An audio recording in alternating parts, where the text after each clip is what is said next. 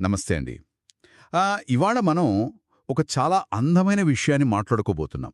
మట్టితో, మళ్ళీ పాత అట్టపెట్టెలతో మన చిన్నారులు ఒక ఊరిని నిర్మిస్తే ఎలా ఉంటుంది? అవును. చాలా ముద్దుగా ఉంటుంది కదా! ఆ చిన్న చేతులతో వాళ్ళు చేసే పనులు భలే అనిపిస్తాయి. నిజమే. ఒక 4 ఏళ్ల పసివాడికి ఇది కేవలం ఆట మాత్రమే కాదు కదా! వాళ్ళ ఆ బుజ్జి మెదడులో మొదలయ్యే తొలి నగర నిర్మాణ ప్రణాళికని చెప్పొచ్చు. ఖచ్చితంగా. అందుకే ఈరోజు మనం ఆ అంగన్వాడీ విద్యా విధానాలకు సంబంధించిన పత్రాలను ఎంతో ప్రేమగా పరిశీలిద్దాం. అవునండి. ముఖ్యంగా మన బుజ్జి పిల్లలు తమ చుట్టూ ఉన్న ప్రపంచాన్ని ఎలా చూస్తారు, ఎలా అర్థం చేసుకుంటారో తెలుసుకోవడమే మన ఉద్దేశం గదా! అవును. వాళ్ళ మనసును అర్థం చేసుకోడానికి ఈ పత్రాలు చాలా బాగా ఉపయోగపడతాయి.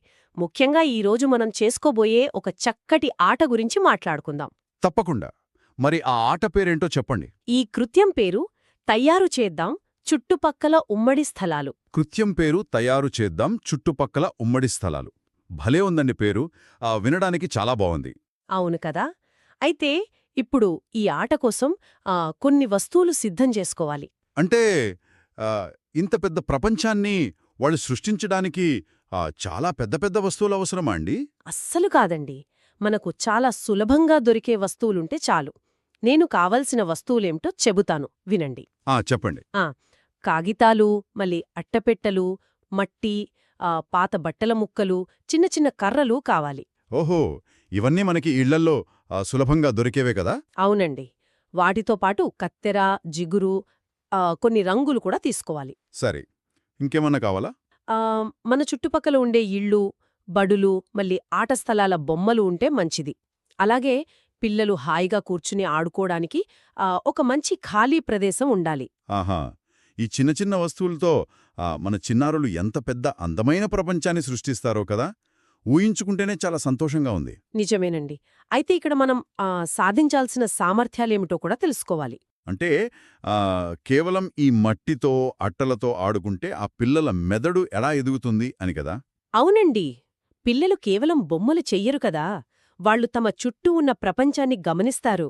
అవును. వాళ్ళు చాలా సూక్ష్మంగా చూస్తారు ప్రతిదీ. సరిగ్గా చెప్పారు. ఆ గమనించిన నిజమైన ప్రదేశాలను వాళ్ళొక చిన్న నమూనాగా మారుస్తారు. దీనివల్ల వాళ్లకు వస్తువులు ఎక్కడ ఉండాలి అనేది తెలుస్తుంది. ఓహో! అంటే ఆ రంగులతో, మట్టితో బొమ్మలు చేస్తూ తమ ఆనందాన్ని చాలా చక్కగా వ్యక్తపరుస్తారన్నమాట. అవును. ఆ బడి లేదా ఆటస్థలం వాళ్ల మనసులో ఎలా ముద్రపడిందో ఆ జ్ఞాపకాలను బయటకు తీసి ఒక రూపమిస్తారు. అద్భుతమండి. మరిప్పుడు వయస్సు 3-4 సంవత్సరాల పిల్లలతో ఈ ఆటని ఎలా ఆడాలో చెబుతారా? తప్పకుండా. ఈ వయసు 3-4 సంవత్సరాల పిల్లలతో మనం చాలా ప్రేమగా వ్యవహరించాలి. వాళ్ల చేత పెద్ద పెద్ద నిర్మాణాలు చేయించకూడదు. అవును గదా! వాళ్ళకా ఏకాగ్రత కాస్త తక్కువగా ఉంటుంది, త్వరగా అలసిపోతారు. నిజమే. అందుకే వాళ్లకు ఇల్లు, బడి, ఆటస్థలం లాంటి ప్రదేశాలను గుర్తించడం, ఆ వాటి పేర్లు చెప్పడం నెమ్మదిగా నేర్పాలి. అంటే ఉపాధ్యాయులు వాళ్లతో ఎంతో ఇష్టంగా ముచ్చటించాలన్నమాట. అవును. పిల్లలను ముద్దుగా ఇలా అడగాలి. అక్కన్నా, మనం ఆటస్థలానికి వెళ్ళినప్పుడు అక్కడ ఏమేం చూస్తాము అని ప్రేమగా అడగాలి. ఆహా! అప్పుడు పిల్లలు ఆ చెట్లు, ఉయ్యాల అని చెబుతూ తమ జ్ఞాపకాలను భలే గుర్తు చేసుకుంటారు కదా! అవునండి. ఇక వయసు 4-5 సంవత్సరాల పిల్లల దశకు వస్తే వాళ్ల ఆలోచనా విధానం ఇంకాస్త వికసిస్తుంది. అంటే వాళ్ళు సొంతంగా ఏమైనా తయారు చేయడానికి ఆసక్తి చూపుతారంటారా? ఖచ్చితంగా. అట్టలు, కాగితాలతో చిన్న చిన్న ఇళ్ళు, మళ్ళీ ఆటస్థలాలు తయారు చేయడంలో పిల్లలకు మనం సాయం చేయాలి. చాలా బావుంది. మరి వాళ్లతో ఎలా మాట్లాడాలి ఈ సమయంలో? పిల్లలతో ఇలా ముచ్చటించాలి. మన ఆటస్థలంలో మీకు ఏ ఆట ఆడుకోవడం చాలా ఇష్టం అని అడగాలి. ఓహో! అప్పుడు వాళ్ళు తమ ఇష్టాలను చెబుతూనే ఆ ప్రదేశాన్ని ఎలా నిర్మించాలో కూడా ఆలోచిస్తారు కదా! అవునండి. అయితే ఈ మొత్తం సమయంలో మనం ఏమి గమనించవచ్చు అనేది కూడా చాలా ముఖ్యం. అవును.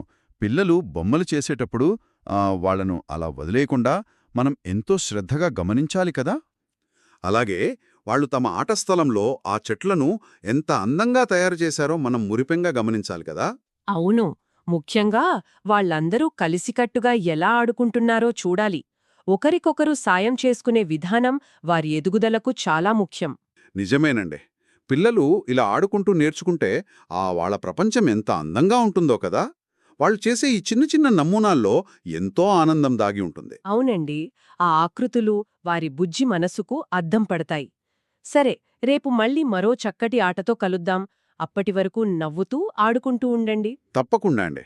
పిల్లలు ఎప్పుడూ నవ్వుతూనే ఉండాలి. అందరికీ సెలవు.